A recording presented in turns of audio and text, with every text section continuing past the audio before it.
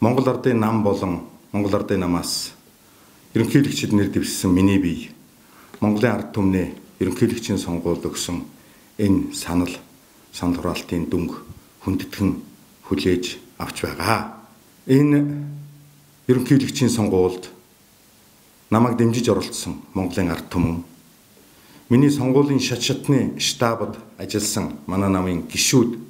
дэмжигчид та бүхэндээ би хувьяасаа чин сэтгэлийн талархал илэрхийлж та бүхэнд сайн сайхныг хүсч ажлын амжилт хүсэн өрөөж байна.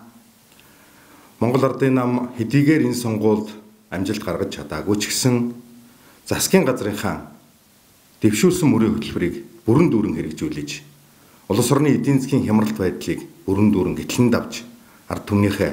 аж амьдрал сайн сайхны төлөө амлсан, хийж эхлүүлсэн бүхий л ажлуудаа бүрэн дүүрэн ажил болгохын төлөө болцоогоо дайчилж ажиллана гэдгийг би энэ дашрамд зориуд тэмдэглэн хэлж байна.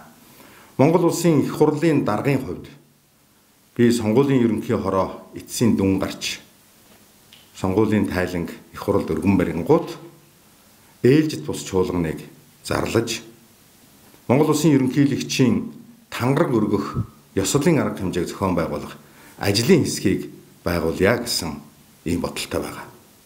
Сонгуулийн үйл ажиллагаа энэ тангараг өргөх, тамга хүлээлцэх үйл явдлаар бүрэн дүүрэн өндөрлөж, монголчууд үндэснийхээ их баяр наадмыг тэмдэглэх энэ ажилдаа орж, сайхан баярлаж, сайхан наадаж, энэ жилийн үндэсний их баяр наадам бүгчүүд нь их хүчтэй, хурдан хүлгүүд нь шандал сайтай, унсан хүүхдүүд нь цог золбоотой, харваачдын сум онч мэргэн байхын ерөөлийг дэвшүүлж ард түмэндээ сайхан наадахыг хүсэж байна.